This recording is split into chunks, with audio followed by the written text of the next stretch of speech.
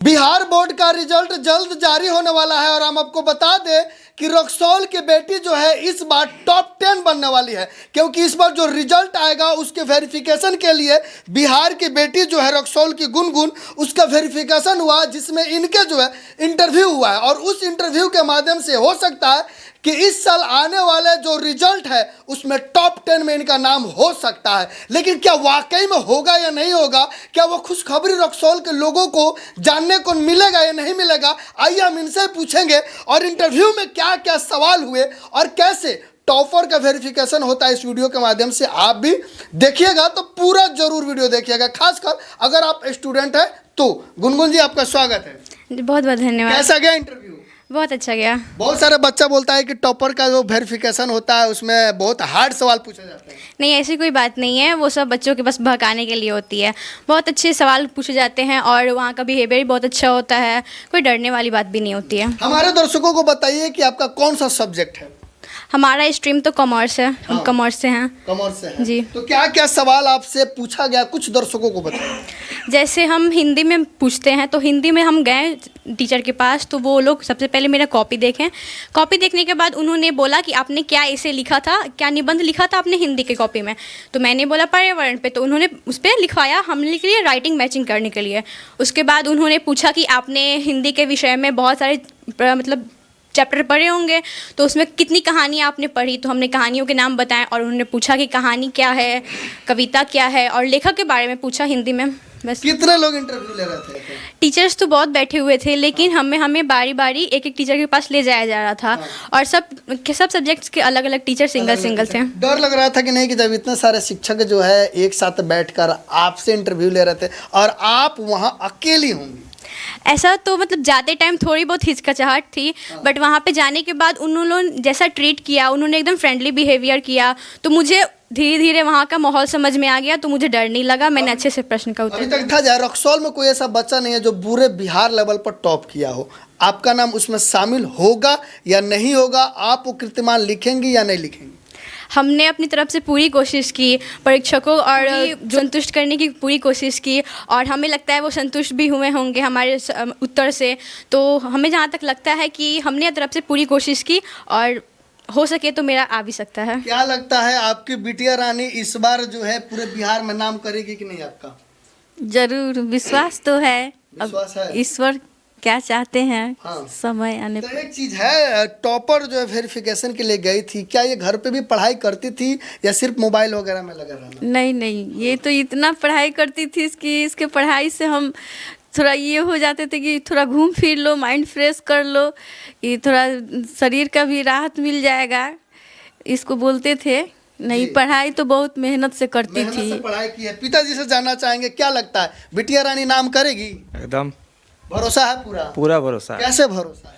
देखते हैं इसको पढ़ते हुए और इसके बारे में मतलब जो भी है जानते हैं, क्योंकि मेरी बेटी है तो हमको लगता है कि ये करेगी। सही बात है। और चलिए, सबसे बड़ी बात यह है कि जो गुरु इस बच्ची को पढ़ाई है उनसे पूछते हैं कि क्या वाकई में है या नहीं है। क्या लगता है गुरुजी, आपकी पढ़ाई हुई छात्रा जो है इस बार नाम करेगी कि नहीं? देखिए, जैसा कि 10th में भी बहुत बढ़िया रिजल्ट दिया था, 442 के अप्रॉक्स इसका रिजल्ट था, और उस समय थोड़ा मायूस थी।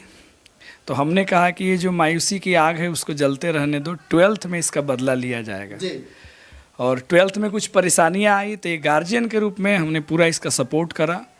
और जब भी पूछते थे कि कैसा तुम्हारा पेपर गया, तो कहती थी सर इस बार पटना आपको लेकर के हम जाएंगे। इतना पहले से इन्होंने बताया। हाँ, तो हमको भी बड़ा खुशी हुआ कि चलिए रक्सौल की धरती पे पहली बार हम लोग ऐसे टीचर्स हैं। मेरे यहाँ से इस बार मेरी हैट्रिक लग चुकी है और 3 बार इस मिला करके बच्चे जो हैं हमको वेरिफिकेशन के लिए वहाँ ले जा चुके हैं। हाँ जी। हाँ, क्या लगता है जो गुंजन अभी साथ में है खड़ी, ये इस बार टॉपर लिस्ट में नाम आएगा? देखिए, जैसा कि हम फीडबैक हम लोग लेते हैं कि आपका वहाँ जो वेरिफिकेशंस हो रहा था, जैसे टीचर्स का क्या इम्प्रेशन था, या फिर थोड़ा बहुत इम्पैक्ट आपका पड़ रहा होगा उनके ऊपर।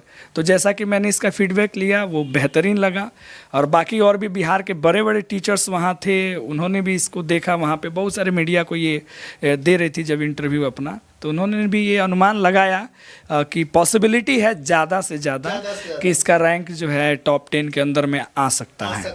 टॉप 10 में रैंक आ सकता है। लेकिन आपसे जानना चाहेंगे टॉप होने का टॉप सीक्रेट आपका क्या है?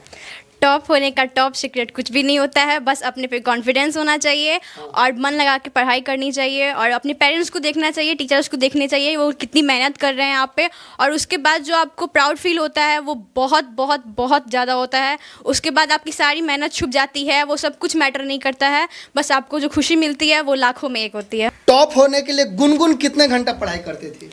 हम तो अपना 12th पूरा लगा दिए थे, और अब उसमें हम आवर्स तो नहीं बता सकते कितने आवर्स हम पढ़ते थे, बट हम अपना पूरा टाइम लगाते थे उसमें। पूरा टाइम? हाँ। कितना टाइम लगभग? सुबह से अगर हम जोड़े तो मतलब 10 आवर्स। बहुत सारे ऐसे छात्र हैं जो परीक्षा में फर्स्ट डिवीजन होने के लिए, अच्छा नंबर लाने के लिए जो है वो शॉर्टकट अपनाते हैं, गाइड वगैरह का यूज करते हैं, टीचर लोगों से अलग अलग नोट्स लेते हैं, कुछ वीवीआईपी क्वेश्चन वो खोजते हैं। आपने क्या तैयारी, कैसे तैयारी किया? वैसा कुछ नहीं होता है। बीबीआई क्वेश्चंस वो सब उन बच्चों के लिए होते हैं जो सिर्फ चाहते हैं कि हम पास कर जाएं, और जिनको टॉप बनना है, टॉप करना है, उनको तो शुरू से लगना होता है, हर एक चैप्टर्स को पढ़ना पड़ता है, और उनको 2-3 बार तो कम से कम हर सिलेबस को पढ़ना चाहिए, तभी तो जाके उनका कंसेप्ट उनका क्लियर हो पाएगा। क्लियर हो पाएगा जी। 100% है कि इस बार टॉप आ जाना है?